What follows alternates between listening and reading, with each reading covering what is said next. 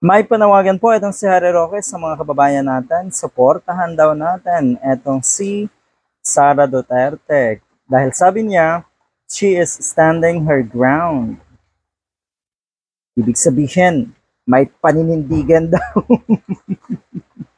Former presidential spokesperson Attorney Harry Roque expresses gratitude. Wala ka namang kasing choice. Alam nga naman kasing lumihis ka pa sa puntong ito, wala na magagawa yung paglihis mo. Halimbawa, 'di ba? Purihin mo ang nasa Malacanang, ilaglag mo si Sara Duterte. Wala na kasing magagawa 'yun eh. Exposed na po kasi ang mga kabulastugan niyo, Mr. Harry Roque. No choice kayo kundi magsama-sama na lang. Anyway, all along, you are in the same circles. People like you are in the same circles.